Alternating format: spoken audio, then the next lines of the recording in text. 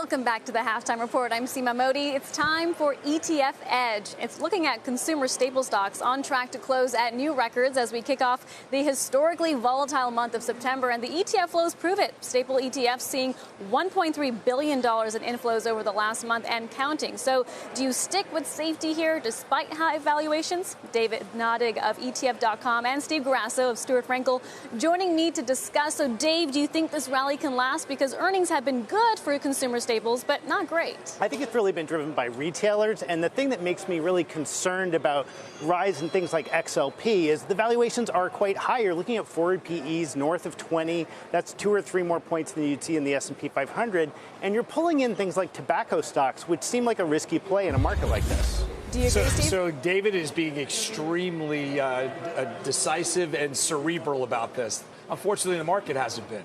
So the market has been hunting for defensive plays and safety plays, and they've outperformed. Yield, right. And yield. But just think about it. A utility is going to do better during a recession. They can pass on those rates to the clients that they serve. Or during good times, it's also going to do well as well. So I think that they are safety bets.